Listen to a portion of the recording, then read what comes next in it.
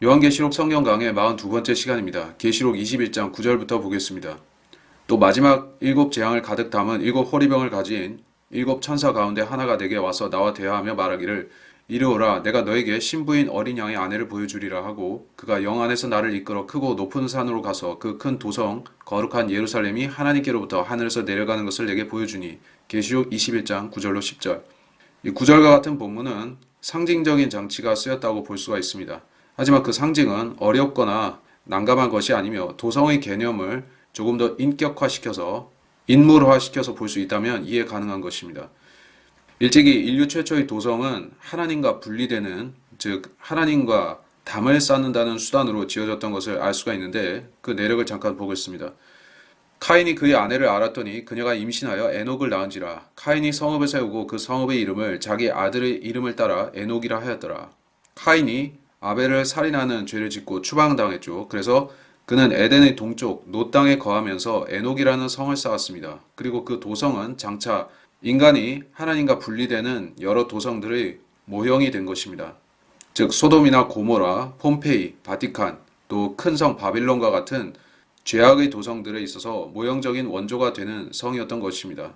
그들이 성을 쌓을 수밖에 없었던 것은 창세기 4장 11절에 따라서 땅으로부터 저주를 받았기 때문입니다. 그래서 카인의 자손들은 농사를 지어서 살 수가 없게 되었고 성을 쌓은 다음 그 성을 통해서 교역을 하고 장사를 통해 먹고 사는 족속이 된 것입니다. 그래서 일찍이 도성이라는 것이 등장한 배경은 인류에게 드리워진 하나님에 대한 반역과 살인죄와 상관이 있는 것입니다.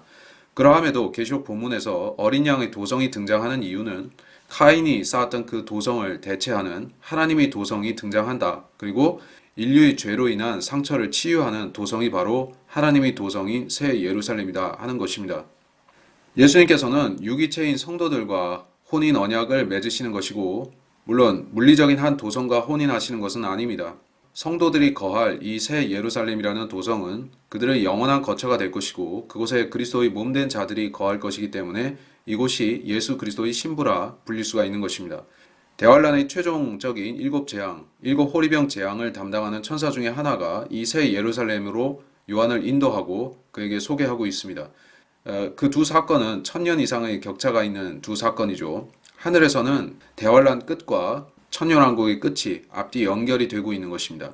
또 우리가 기억해야 할 부분은 요한이 셋째 하늘에서 이 계시들을 받고 있기 때문에 거기서는 시간의 흐름을 앞으로도 뒤로도 바꿀 수가 있다는 것입니다. 그래서 천년을 전후로 하는 두 사건을 하나의 프레임 속에 넣어서 묘사하고 있는 것입니다. 10절 영 안에서 이끌어 라고 했습니다. 요한은 이미 셋째 하늘에 있으나 거기에서 더 한 차원 나아가서 장면들을 살펴보고 있습니다. 요한이 계시록의 모든 미래의 계시들을 보고 있는 부분은 성령의 인도를 받아서 거기서 자유롭게 다니면서 볼 수가 있는 것입니다. 그래서 여기서도 성령께서 그에게 새 예루살렘의 하강을 보게 하고 있습니다. 또 내가 즉시 영 안에 있게 되었는데 보라 하늘에 한 보좌가 놓여 있고 한 분이 그 보좌에 앉으셨는데 계시록 4장 2절 그가 나를 영 안에서 광야로 이끌어 가니라. 또 내가 보니 한 여자가 주홍빛 짐승 위에 앉아 있는데 그 짐승은 하나님을 모독하는 이름들로 가득하고 일곱 머리와 열 뿔을 가졌더라. 계시록 17장 3절 In the Spirit, 영 안에서라는 이 표현을 어떻게 봐야 할 것입니까? 우리가 상상할 수 있는 최선은 이것이 어떤 VR 체험, 즉 가상현실의 체험과 같이 역사적인 장면 속으로 들어가서 보고 듣고 경험하고 있는 것입니다. 그러나 그 경험자 자체는 그 상황에 개입하거나 그 상황을 움직이거나 할 수 없는 철저한 제3자로서 있는 것입니다. 그래서 그는 상황에 대해서 영향을 주지도 받지도 않지만 보고 있습니다. 이것을 현대적인 다른 용어로 하자면 타임 슬립이 될 것입니다. 천사들이나 하나님 자신은 이렇게 시간에 대해서 구애받지 않고 앞으로 가거나 뒤로 가서 일을 할 수가 있는 것이 가능한데 인간은 육체를 가졌기에 그것이 되지 않습니다. 그러나 여기서는 성령께서 개입하셔서 특별히 그 시간의 문을 여심으로 요한이 잠시 미래로 가서 볼 수가 있었다 하는 것입니다. 요한이 보고 있는 이 크고 높은 산이란 어디인가 그곳을 단정할 수는 없으나 지상은 아닌 것 같습니다. 그렇다면 하늘나라에 있는 크고 높은 산일 텐데 그 위치는 당연히 북편에 있는 시온산일 것입니다. 북편에 있는 위대한 왕의 도성 시온산은 그 자리 잡은 곳이 아름다우며 온 땅의 기쁨이니 시편 48편 2절 이는 내가 내 마음속에 말하기를 내가 하늘에 올라가서 내가 내 보좌를 하나님의 별들보다 높일 것이요 내가 또한 북편에 있는 회중의 산 위에 앉으리라. 이사야서 14장 13절. 이렇게 북편에 있는 위대한 왕의 도성이라든지 북편에 있는 회중의 산이라든가 이런 표현은 하늘에 있는 시온산을 가리키고 있습니다. 그리고 하늘의 시온산에 성막이 있고 하나님의 보좌가 있는 것입니다. 그리고 아마도 그 산 아래에 유리바다가 넓게 펼쳐져 있을 것으로 보입니다. 하나님의 영광이 있어 그 도성의 광채가 가장 귀한 보석 같고 벽옥 같으며 수정같이 맑고 또 크고 높은 성벽도 있으며 12대문이 있고 그 문에는 12천사와 이름들이 기록되어 있는데 그것은 이스라엘 자손 12지파의 이름이더라. 동편의 문이 3개, 북편의 문이 3개, 남편의 문이 3개, 서편의 문이 3개이며 계시록 21장 11절로 13절.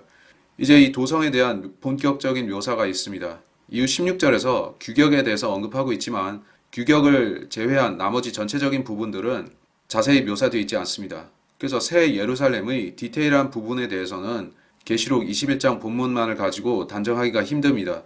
그래서 주석가들마다 또 예술가들마다 다양한 추측성의 묘사를 하고 있는 것을 알 수 있습니다. 일단 전체적으로 새 예루살렘 도성은 투명한 것을 알 수가 있습니다.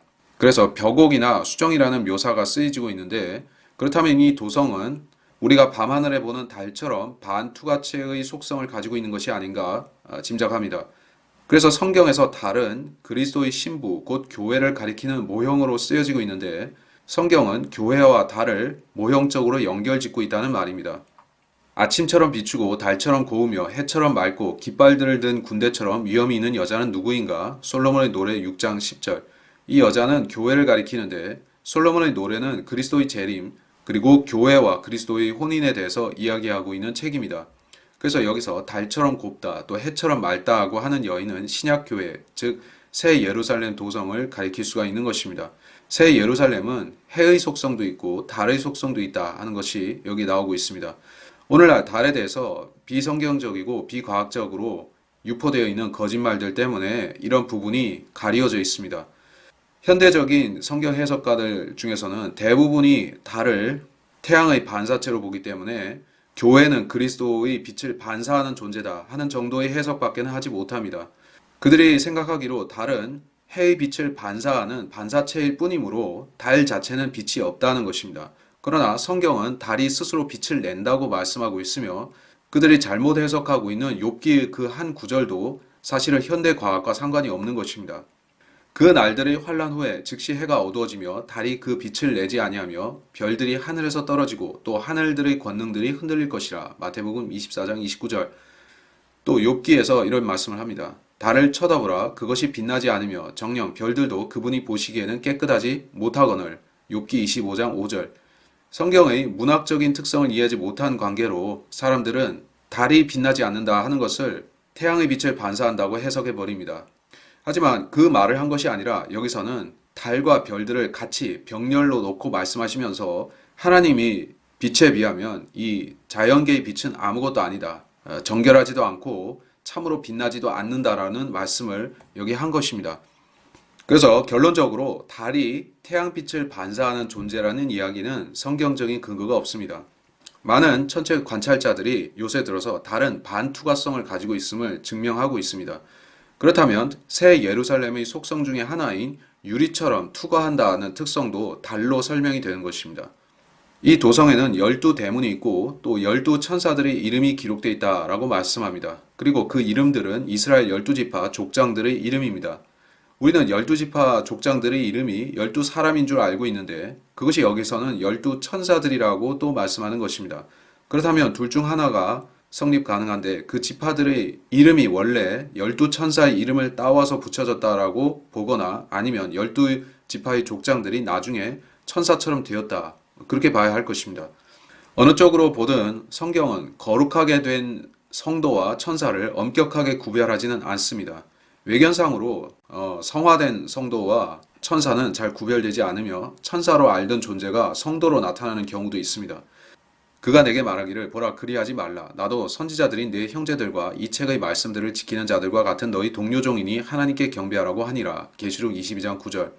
천사가 하나님의 종이다 라는 기본적인 사실을 말씀하는 정도가 아니라 여기서는 어떤 사람이 성화되었을 적에 요한과 같은 아직 성화되지 못한 상태의 성도가 보기에 천사처럼 보인다 하는 얘기가 됩니다. 그리고 여기서 이 본문에서의 경우는 다니엘일 가능성이 높습니다. 그분께서는 우리가 말하는 바 오는 세상을 천사들의 지배에 맡기지 아니하셨으니 히브리서 2장 5절. 태생적으로 천사와 인간은 구별이 됩니다. 창조의 내력에 있어서 차이가 있다는 것이죠. 그러나 결과적인 면에서, 즉 성도가 결국에 가서 천사와 같은 상태가 되기 때문에 결론적으로는 차이가 없을 수가 있는 것입니다. 그리고 오는 세상, 히브리서에서 말씀하고 있는 오는 세상은 천년왕국을 넘어선 영원을 말씀하는데 그 시대를 주도하는 것이 주관하는 존재들이 천사들이 아니고 인간 성도들이다라는 말씀을 하고 있습니다. 자, 그리고 이 새 예루살렘의 도성은 동서남북이라는 사방위가 정해져 있습니다. 각 성문마다 지향하는 방향들이 정해져 있다는 것입니다.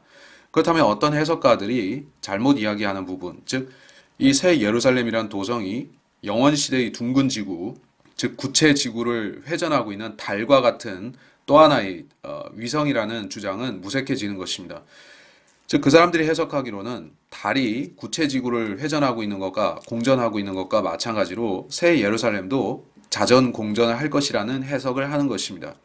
이 해석에 많은 주석가들이 합류하고 있고 그 중에 피터 라크만이라는 사람도 있습니다.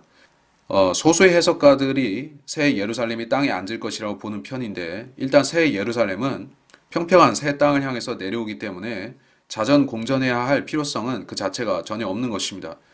영원 시대에 가서 마법적인 그 어떤 중력이 존속된다고 가정할지라도 거기서 새 예루살렘이 왜 회전을 해야 되는 것입니까? 달이 물론 지구의 상공을 회전하고 있지만은 새 예루살렘은 분명히 땅에 앉아야 될 것입니다. 그래야지 지상에 있는 거민들이 거기로 오고 가고 할 수가 있는 것이죠. 새 예루살렘은 평평한 땅이 네 모퉁이를 갖고 있는 것과 마찬가지로 동서남북이 있습니다. 이 도성은 땅의 어떤 지점으로 내려올 텐데 거기서 고정되어서 서 있을 것이며 해나 달, 별들처럼 하늘에서 떠 있는 것은 아닙니다. 또 그 도성의 성벽에는 12기초석이 있는데 거기에는 어린 양의 12사도의 이름이 있더라. 나와 말하는 이는 그 도성과 그 문들과 그 성벽을 측량하려고 금 갈대를 가졌더라. 계시록 21장 14절로 15절. 이 도성의 기초석에는 12사도의 이름이 새겨져 있습니다. 즉 사도들이 있었던 당대부터 이 도성이 출발했다는 것입니다. 지어지기 시작했다는 암시를 주는 것입니다. 만일 새 예루살렘이 구약 성도들 전체를 위해서 주어진다면 이 도성이 지어지는 내력은 더 오래전으로 소급되어야만 할 것이지만 12사도로 과거가 올라간다는 것은 그때부터 시작되었다는 뜻입니다. 즉 이스라엘이나 교회와 상관이 없는 이방인들은 이 도성이 아니라 그 바깥 새 땅에서 살게 될 것이 분명합니다. 15절, 이 도성이 어떤 추상적인 개념적인 것이 아니라 실질적인 도성을 가리킨다는 것을 15절이 확실히 보여주고 있습니다. 영적인 실체는 측량할 필요가 없지만 이 도성은 치수가 나와 있는 물리적인 도성입니다.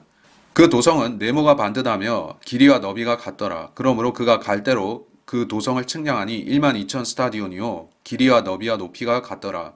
또 그가 그 성벽을 측량하니 144큐빗이라. 이는 사람의 척도 곧 천사의 척도라. 계시록 21장 16절로 17절. 16절을 두 가지 형상으로 추측할 수가 있는데 하나는 평평한 바닥면을 가진 큐브라고 보는 것이고 다른 하나는 피라미드 두 개의 밑면을 서로 붙여놓은 다이아몬드골 형태의 도성이라고 보는 관점입니다. 양쪽의 해석이 대립하기 때문에 그리고 결정적으로 어느 것이 옳다는 증거는 안 나왔기 때문에 단정 내릴 수는 없겠습니다만은 저는 다이아몬드골로 있는 것을 맞다고 봅니다. 이 해석은 피터 라크만이 취하는 입장이고 또 일부 주석가들이 그렇게 보고 있습니다. 반면에 큐브 형태다, 박스 형태다라고 보는 것은 대부분의 해석가들로 알고 있는데 그들은 이 도성이 밑면이 평평하다고 생각합니다. 일단 이 도성의 엄청난 크기를 고려할 때 박스 형태가 맞다면 그것이 땅에 내려앉을 적에 어마어마한 면적을 그 바닥면의 지지 기반으로 잡아야 할 것입니다. 즉 그것이 내려앉는 면적만큼 거기는 쓸 수가 없는 공간이 되는 것입니다. 너비와 길이가 2,400km 정도에 해당하기 때문에 이 도성이 박스 형태로 내려앉는다면 미국 국토의 절반 정도의 면적이 이 새 예루살렘이라는 도성의 바닥면에 깔리게 되는 것입니다. 물론 땅이 평평하지 않고 지구라는 구체라고 하면 그것이 온전히 내려앉는 것 자체도 불가능하지만 만약 땅이 평평할지라도 2,400km씩 되는 그 면적이 눌린다는 것은 생각하기 어렵습니다. 그렇다면 보다 자연스러운 모습은 이 도성의 생김새가 피라미드 그리고 역피라미드의 형상으로서 그 다이아몬드 골의 그 아래 꼭지점이 땅에 닿는다고 보는 것이 맞을 것입니다.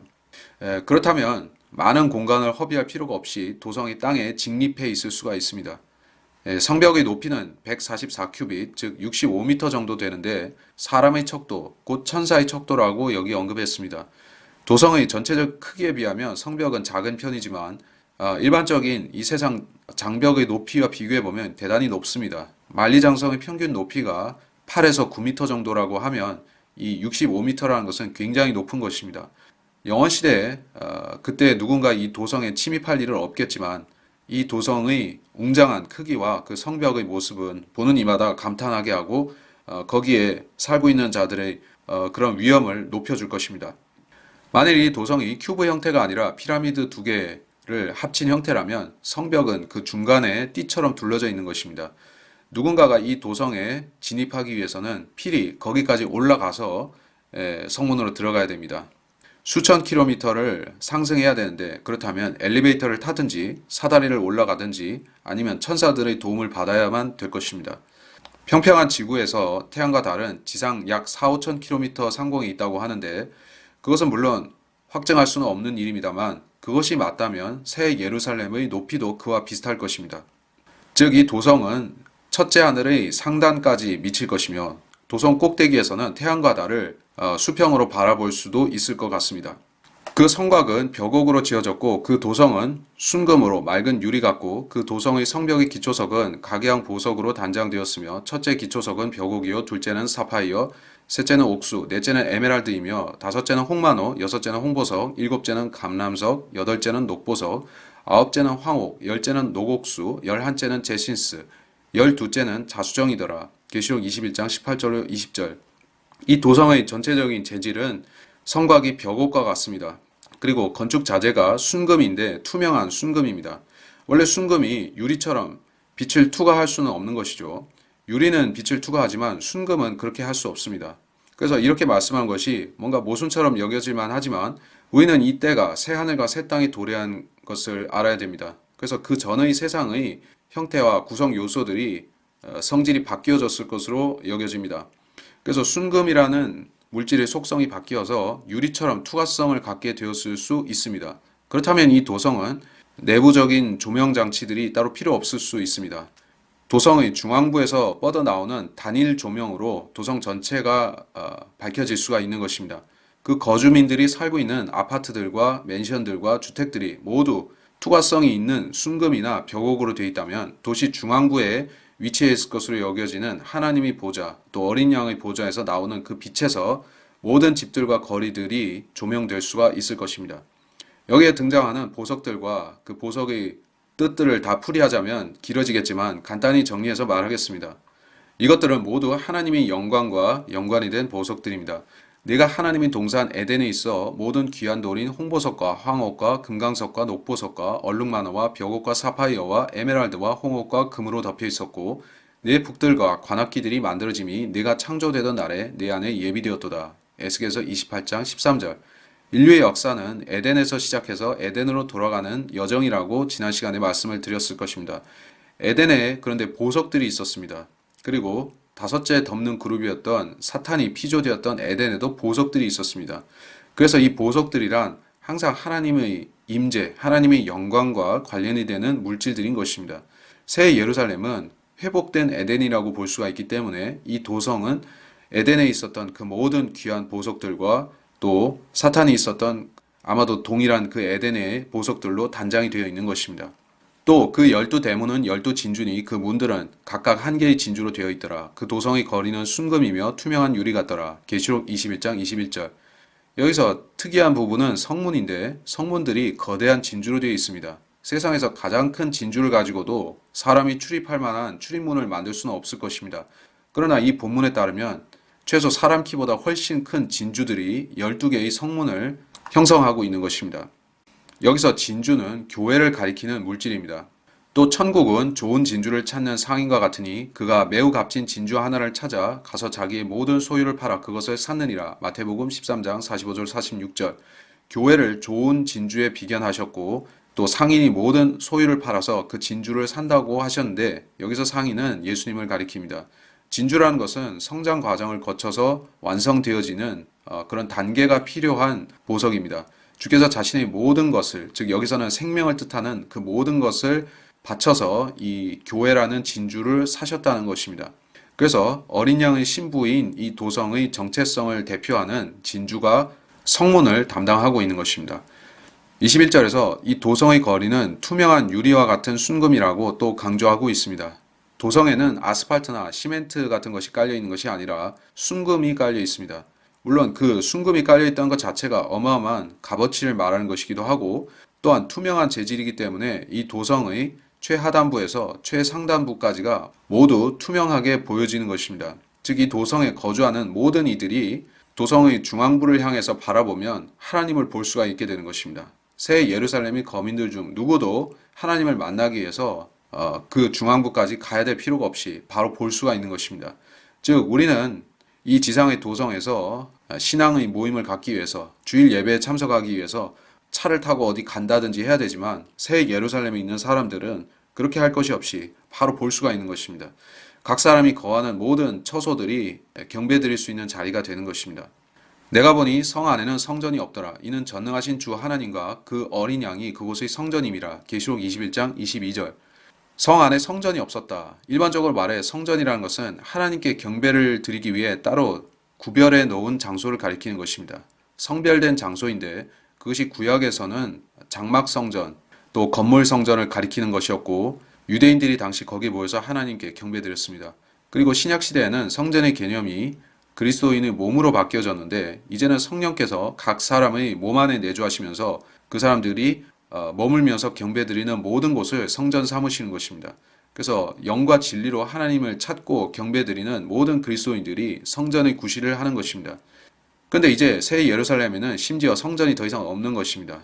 과거에 성전들이 필요했던 이유는 하나님을 만나기 위한 목적도 있었고 또 거룩하신 하나님과 거룩하지 못한 죄인들을 일시 격리시키는 목적도 있었던 것입니다. 분리의 목적을 겸한 것이었다. 왜냐하면 경건치 못한 죄인들이 하나님을 정면으로 만난다면 그들은 죽을 수도 있고 어쨌든 견딜 수 없기 때문입니다. 그래서 성막이나 성전 자체가 세 층으로 되어 있어서 그 보호막들이 막아주기 때문에 인간들은 하나님과 격리되어 있었습니다. 근데 이제 영원 시대에 이르러서 죄와 사망이 완전히 사라졌고 인간과 하나님을 분리시킬 이유가 없어졌습니다.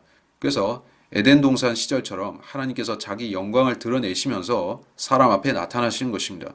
하나님을 정면으로 마주보고 만난다 해서 더 이상 심장마비로 죽을 사람은 없는 것이기 때문에 하나님께서는 투명한 새 예루살렘 성 안에 계실 수가 있습니다.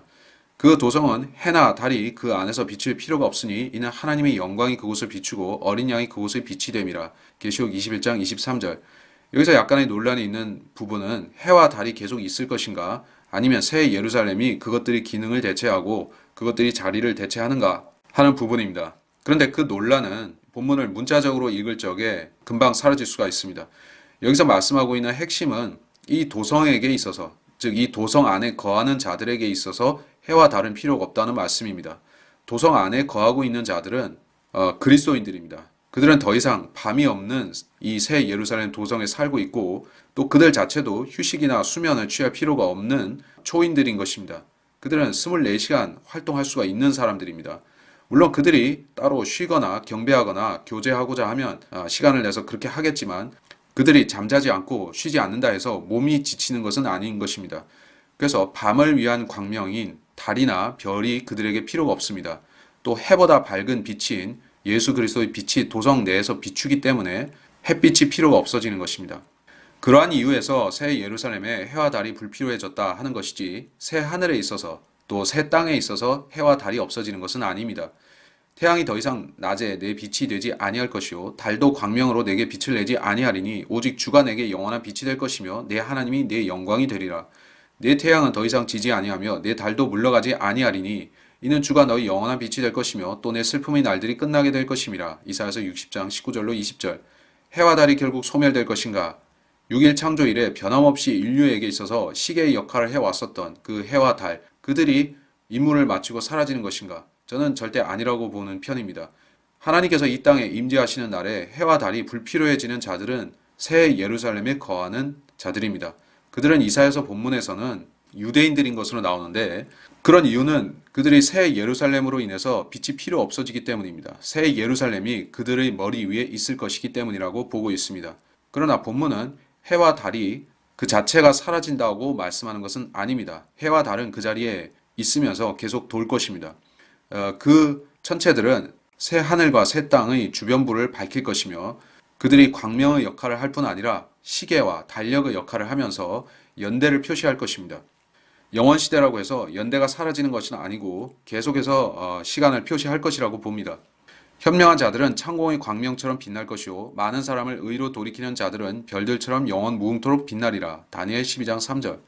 해와 달이 존속하는 것과 마찬가지로 별들도 계속 있을 것입니다. 다니엘서에서 이를 확실히 말씀하고 있는데 창공의 광명, 즉 해와 달이 있을 것이며 별들도 영원 무궁토록 있을 것이다. 이렇게 말씀하고 있습니다.